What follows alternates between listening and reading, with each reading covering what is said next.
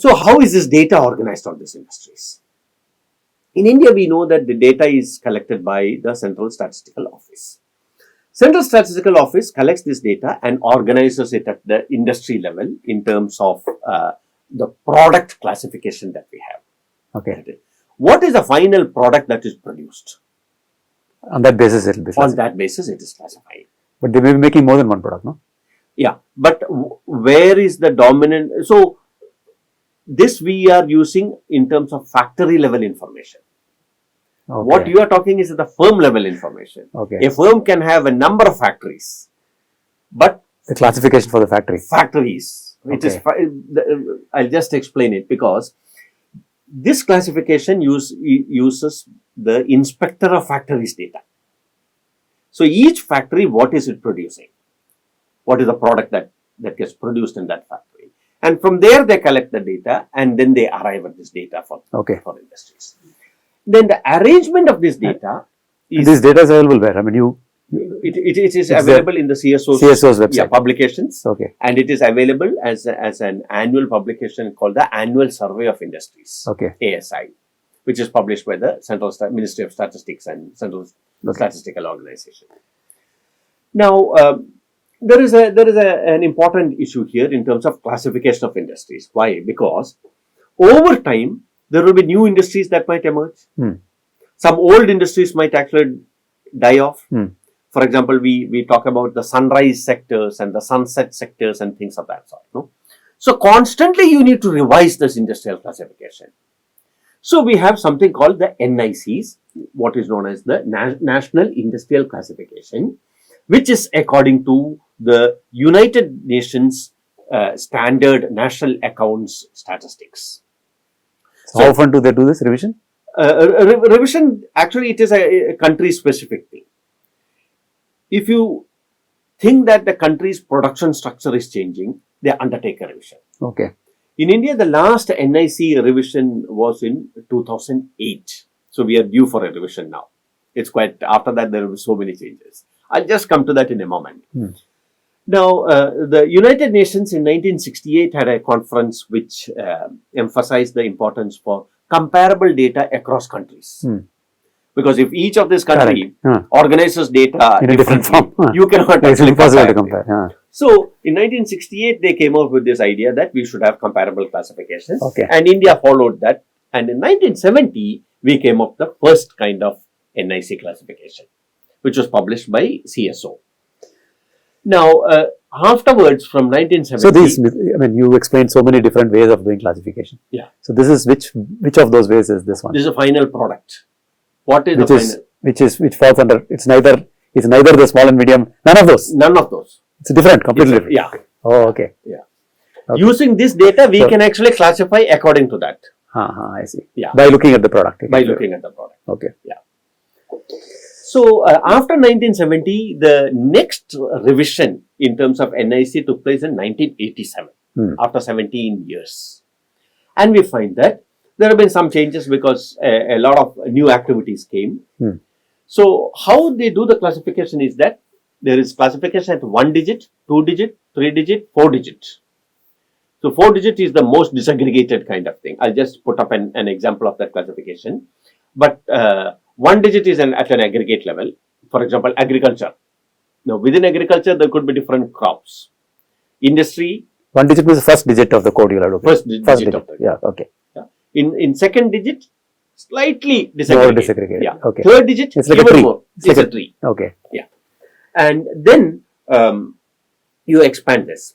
For example, in NIC 1970, we had only 64 industries classified. Okay. But by the time we came to NIC 87, we had 72. Okay. More and more activities have come in the economy. So, more and more new industries came. And I'll show you an example of the most recent addition to NIC, which is very important in the Indian context. Just come to that in a minute. Now, 2008 is the most recent classification. 2004, there was an attempt to revise, but again, 2008 is the most comprehensive revision. And that is where I want to highlight that there is a new industry that is repair and installation. I see, okay. Of machinery and equipment. This has been introduced as a separate thing. As a new industry. I see. Repairs are becoming very important. Yeah. Publishing as an activity became a major industry. It wasn't an industry earlier. It was in printing. Oh, okay. Now they've separated printing and publishing separately. Okay. And publishing, now there are various forms of it, from online to, it's not only printing. Correct. So, in accordance with the change in the activity, publishing now is very important now. Then again, water supply and electricity, again we find that. So the point that we want to highlight here is that according to the changes that are taking place in the economic structure, NIC also gets revised and updated, and the data is presented in terms of this kind of a classification. Now, let me show you an example of this. Now, I'm just taking from manufacturing. Now, one is manufacturing. 10, that is 10, is a manufacture of food products. Okay. Now, within that food products, there is 101, 102, 101 is meat, 102 is fish and other things. Yeah, 105 is dairy product. So that is what I talked about, the third digit. Okay. Further also we have, I am not complicating that with the fourth digit. Even within, for example, within manufacture of dairy products, you have further subdivisions too. That comes under the fourth digit. Okay. So this is how it is organized. Now, 11 is beverages. Yeah, different beverages. So 110 becomes the category under 11. 12 is tobacco products, textiles. Yeah. So like that, there are classifications which at an aggregate level shows broad category of industry. So this 2008 thing has how many would be there like this? 284. 284. 84 at the 84 codes are at the 2-digit level. At the 2-digit level, okay. Yeah. And then 272 at the 3-digit level. Okay. And then 4-digit level, it just multiplies. There are, even at 4-digit? Yeah. Okay. Yeah. But that data, to access to that data in public domain is very difficult. Okay. But up to... Maybe you don't need. Yeah. At that micro level... You may not need. Because you will eventually end up, if you put more digits, you will end up with one company. Yeah. So you don't want to do that. Yeah. But the 3-digit level is available in 272. Okay. Yeah. Okay. Now, so this is an important source of data. Why? Because it gives us an idea in terms of all the companies that are there in one industry. All the factories. All the factories that are there, producing that particular type of product. We're producing. So all the factories information in terms of dairy products is available. Okay. Now, when I talk of information, we have information in terms of, number of factories. Capacity of these factories. Fixed capital. Yeah. Productive capital. Yeah. Working capital. Yeah. Then we have information in terms of number of workers. I see. Then we have information in terms of total number of employees, that is workers plus managers and... And you will get trend charts for all this? We get data over time series data. Time series data also. Okay. Yeah. Then we have consumption of raw materials, consumption of energy. So you can fully understand that industry by looking at the data. Yeah. Right? And then gross output, value added, depreciation and interest payments and profits. Oh, I see. Yeah. So this is whatever we have discussed about a firm, actually the industry specific information about that can be obtained from is available in the central CSO data set. CSO's annual survey. Annual survey of industries. Yeah. Okay. So this I would say is the most authentic and the official source of data on Indian industry. Okay. Now, but then there are some small issues that we need to keep in mind when we use this data. For example, as I keep repeating, this is the principal source of data. But this data comes from the chief inspectors of factories. Okay, CIF. Now the problem with this is that sometimes some of these factories would have been shut down. They might not be deleted from the database of the chief inspector of factories. I see. Okay. So the reliability of this data becomes... And also if you take 13 years to revise it. Yeah. Then that also you should do it much more with higher frequency. So that is why now we have come up with this data set called MCA, Ministry of Corporate Affairs, MCA 21. Okay. Which is supposed to be a little more, cleaner version of this data with the chief inspector of factories. and the idea is to have frequent updating of this available factories and things of that sort. Now, the problem is that once this data, there is a time delay. The most recent annual survey of industries that is available now is for 2018. Oh, it is there, but it's not full coverage, is it? It is not, the exhaustive data is not available, but summary results is available. Okay. 2017, we have the full data. But we are in 2021. So we can always do a kind of a post-mortem analysis only. If you want to look at the current scenario, instead of this annual survey of industries, what we look at is the index of industrial production data. Okay. Index of industrial production is basically a kind of a quantity index. Quantity index, which is in terms of physical production. It's not a value index. Quantity. It is a quantity index. Now, the good thing about index of industrial production data is that we get it monthly. I see. Yeah. And we get it annually. And this also same, you get it in the same site, Central Statistical Office. Yes. Yeah? Yes. Okay. So, monthly data on production of every type of product. Yes. Every NIC classified coded. Now, I will show you their classification. Oh, okay. Slight difference, but it is important to understand their classification. This is a 2-digit, we get it a 3-digit also, but for the sake of simplicity, I put the 2-digit only. This is a 2-digit index of industrial production data. Now, and you get it at an aggregate, general you get, then you get for electricity, manufacturing and mining. Manufacturing generally accounts for 79 to 80% of general index of industrial production. Okay. And mining and electricity is also important, but the dominant component is manufacturing. Now, within that, every industry, this is an industry code. This is one something, right? One. This is 20, 21, 22, 23 are all industry codes. Okay. Industry codes with the ASI data, which is matched to the NIC classification. Now, and then weights of each of this in the total is given. Okay. Yeah, so it's an index, it's a weighted index. Weighted index, okay. Yeah. Okay. And then we get it for... The weight is determined on the basis of the value, is it? Yeah, importance of that sector in the economy. So somewhere the value is there, it's in terms of weight. Yes. And they keep revising it, okay. Yeah. Now, and then we get the data from monthly, April, May, June, July, up to I've just put 1 year's data. So you can see, okay, there is variation. So you can see the seasonal variation, whatever seasonality. Seasonality you can see. Yeah. We talked about demand. Yeah. First cut indicator of reflection of that demand is with this IIP data. But now we look at production data.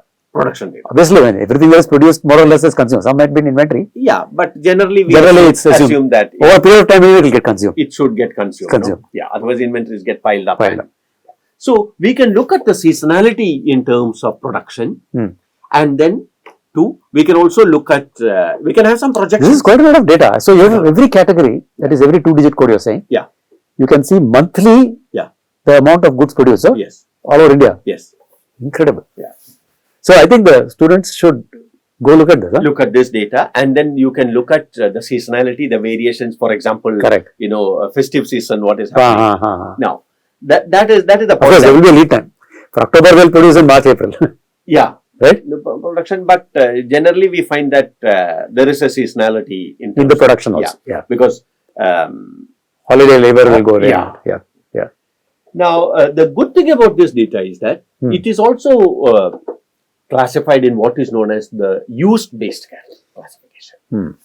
When we talk about use-based classification, it is in terms of basic goods, capital goods, intermediate goods. That's one classification. You also have it in terms of consumer goods. That is durables, non-durables. And then you have a general index. I see. So the point that we want to emphasize to the students is that they can do different types of analysis with this data. So basic, just to remind us, is steel, for example, right? Is basic. Very low value addition, just one process, right? And capital goods is guys making machinery. Machinery. Yeah. Textile machinery and all these things. Yeah. Intermediate goods. Like tires. Tires, cement and Cement, yeah. It's an intermediate good. Yeah. And then a total. Yeah. Then we have for consumer goods alone, durables and non-durables. Durable like washing machine. Yeah. And non-durable would be our high frequency consumption. Soap or something. Yeah. Okay. FMCG. FMCG products. Yeah. Okay. So you get data on this.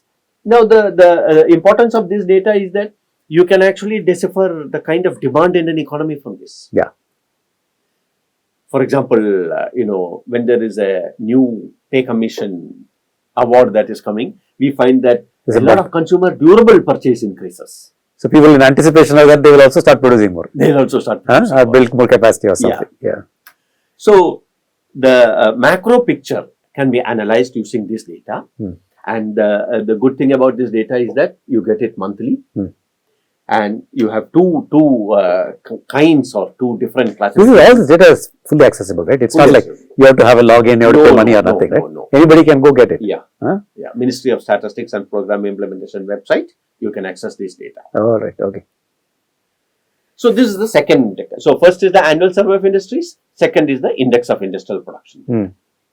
Now there is a third data which I want to highlight here. That is a recent kind of a thing. Current.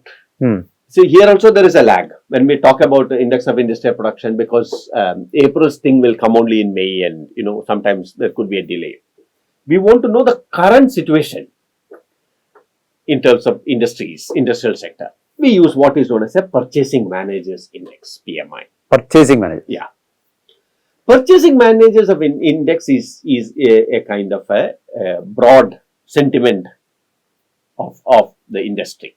That is, it's a diffusion index that summarizes whether market conditions as viewed by the purchasing managers are expanding, contracting or staying. It's an intent, right? They're not actually talking about what happened. No. They're saying, am I likely to buy something? Yeah. It's a kind of an impressionistic kind of a thing of the managers. They say, what am I going to buy? Yeah. This is what I'm going to buy. Yeah. A perception to some extent. Which drives production, right? Yes. And we find that this actually tallies with the rest of the indicators in the economy. Yeah. That is why this has become very popular now.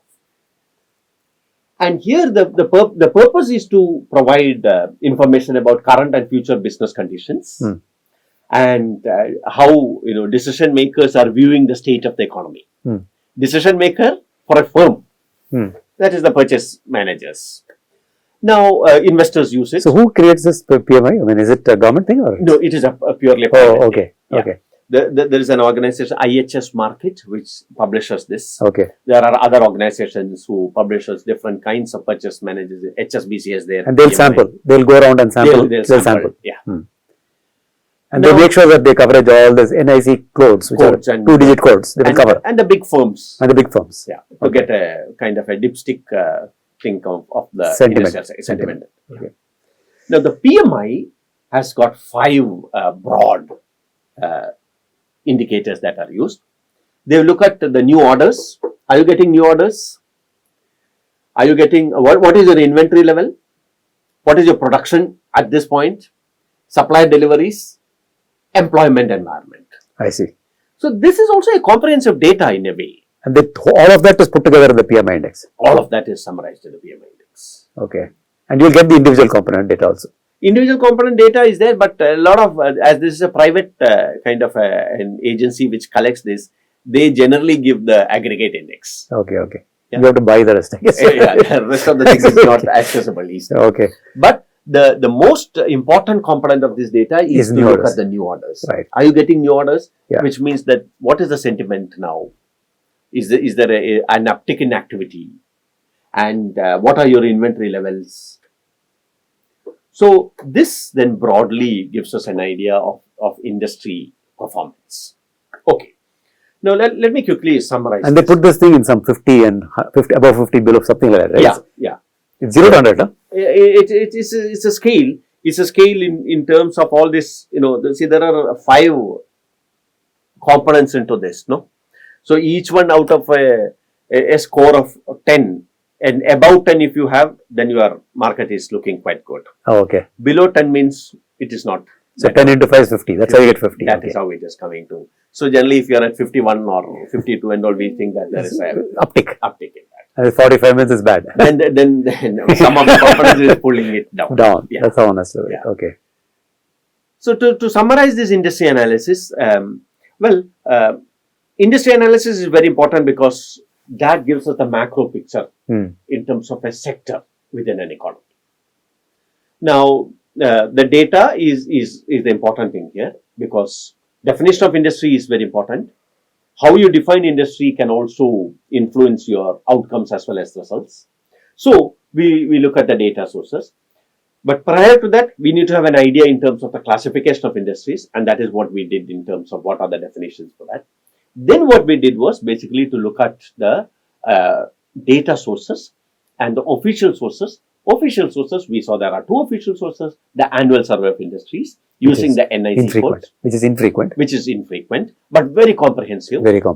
And we have even micro level, factory level, which covers everybody, right? I mean, that covers everybody. It's a survey; it covers everybody. Yeah, it's a census. Yeah. Whereas the industrial production IIP data is sampled. IIP is sampled, but it is more frequent. Yeah. Now we want to. Because you actually have it monthly. Yeah, you have it monthly. Now the important thing is that you might sometimes get a kind of a diverging trends when we look at both of this. Okay. One might go up and the other might come down, kind of a thing. That's because the coverage is different, the time period is different, and the source is entirely different. Yeah. And to supplement all this, there is also private kind of information PMI. that is available, and that is an example of that is the PMI. Now, this is something which we would urge our students to look into it and do industry level analysis. For example, projecting industrial growth. Now, that's an important aspect of our decision making. Yeah. Now, if you want to see whether the entire growth of an economy is really moving from one stage to another stage, manufacturing plays an important role. Right. Within manufacturing, which sector we can identify which sector is contributing. Is it the basic industries? Is it the consumer durables? So generally there is a feeling that if it is driven mostly by consumer durables, then it's what we call as a shallow kind of a growth. If it is driven by capital goods, then it is more structural kind of a growth. All this kind of analysis can be done using this data. Right. So that will be one of our assignments to students to go and look at this data and then see industrial performance. Okay. Now from here, we will actually look at using this industry level data to for two things. One, can we have an idea of market structure using this industry? Two, using this industry level data, can we develop some firm strategies? Because positioning, how do I position myself? How do we position a firm within this the industry itself? See, first of all, you have to choose the industry to be in. And then in the industry, you got to position yourself correctly. So that I think is very important component in terms of industry level analysis.